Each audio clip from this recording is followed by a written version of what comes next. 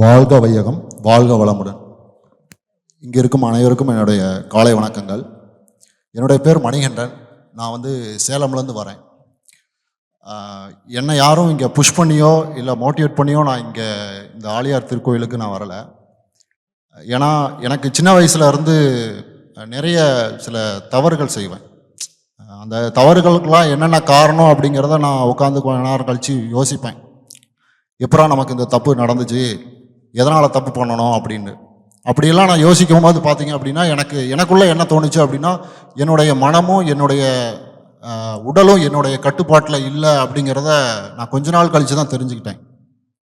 அப்போ நான் அந்த மனசையும் உடலையும் நான் சரி பண்ணணும் அப்படின்னு நான் நிறைய ஜென்ரலாக இன்றைக்கி பார்க்குறதான் யூடியூப்பில் நிறைய வீடியோஸ் பார்ப்பேன், நிறைய பேர்கிட்ட பேசுவேன்.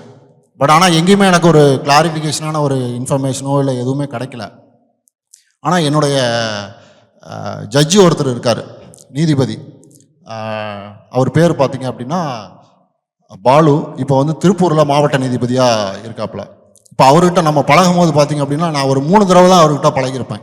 3 தடவை அவரை நேரில் பார்த்துருப்பேன். அப்போ பார்க்கும் போதெல்லாம் என்ன பண்ணுவார் அப்படின்னா வாழ்த்துவார், வாழ்க வளமுடன், வாழ்க வளமுடன். நாங்கள் ஒரு தடவை ரோட்டில் நடந்து போயிட்டுருக்கோம், நானும் என் நண்பரும். அப்போ அவர் எங்களை கூப்பிட்டு வாழ்க வளமுடன் அப்படின்ட்டு எங்களை வாழ்த்தினார்.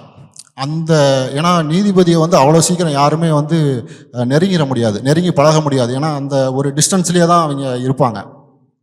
ஏன்னா அவங்களுடைய ப்ரொஃபஷன் அப்படி தான்.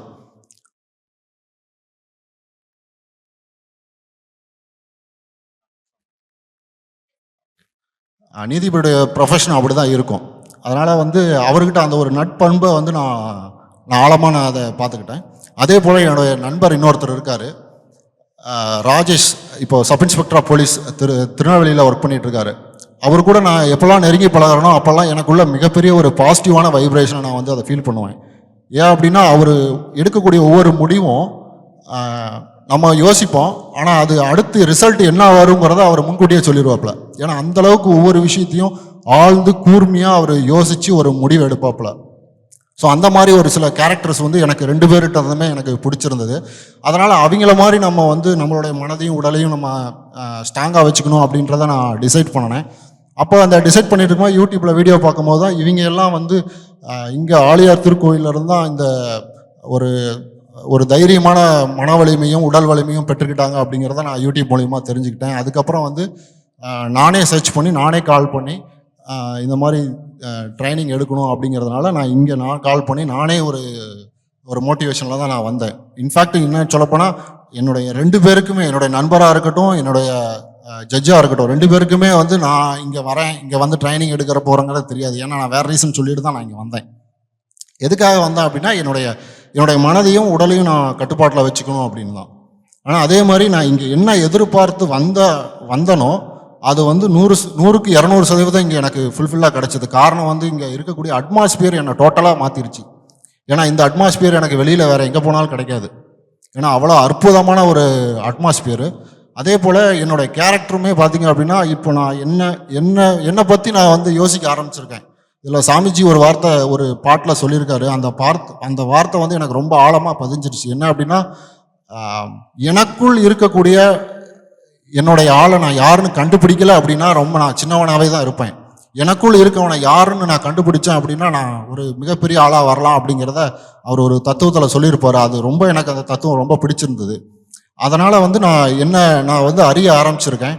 அதனால் நிறைய மாற்றங்கள் இப்போ கிட்டத்தட்ட பார்த்தீங்கன்னா இப்போ ஒரு 2 நாளாகவே எனக்கு நிறைய மாற்றங்கள் இருக்குது.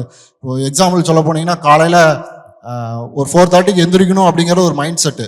நான் நைட்டு தூங்கும் போதே சப்கான்ஷியஸ் மைண்டில் நான் சொல்லிக்கிட்டே இருந்தேன். ஒரு 10 தடவை சொல்லிட்டு தூங்கினேன். காலையில் நான் எந்திரிச்சேன், அதாவது அலாரத்தை ஆஃப் பண்ணுறதுக்காக எந்திரிச்சேன். 4:30 மணிக்கு எந்திரிக்க வேண்டியவன் 4:20க்கு எந்திரிச்சு அலாரத்தை ஆஃப் பண்ணேன். அந்த மாதிரி சில விஷயங்கள். அதே போல் நானும் என்னுடைய மனைவியும் தான் இங்கே ட்ரைனிங்காக வந்திருக்கோம். என்னுடைய மனைவிக்கிட்ட நான் அப்ரோச் பண்ணக்கூடிய விதமே ரொம்ப மாறிடுச்சு.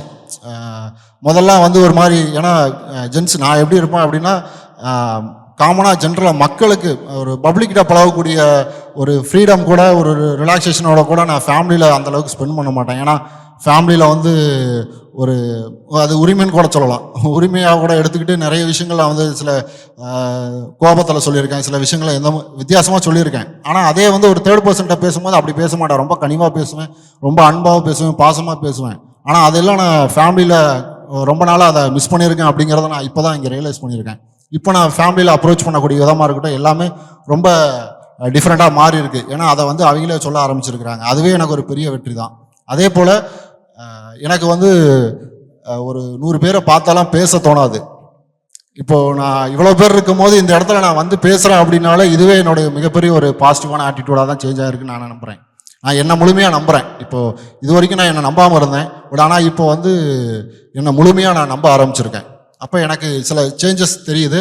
இதை நான் இந்த ஒரு 4-5 நாளில் நான் பண்ண ப்ராக்டிஸ்க்கு எனக்கு இந்த ரிசல்ட் தெரிஞ்சிருக்கு அப்படின்னா கண்டிப்பாக இதை லைஃப் லாங் நான் ஃபாலோ பண்ணேன்னா, அடுத்தடுத்த ஸ்டேஜ் கம்ப்ளீட் பண்ணேன் அப்படின்னா நான் கண்டிப்பாக என்னால் வந்து என்னுடைய நண்பர் போலவும் என்னோட நீதிபதி போலவும் என்னால் வர முடியும் அப்படிங்கிறத நான் 100% நான் வந்து பிலீவ் பண்ணுறேன்.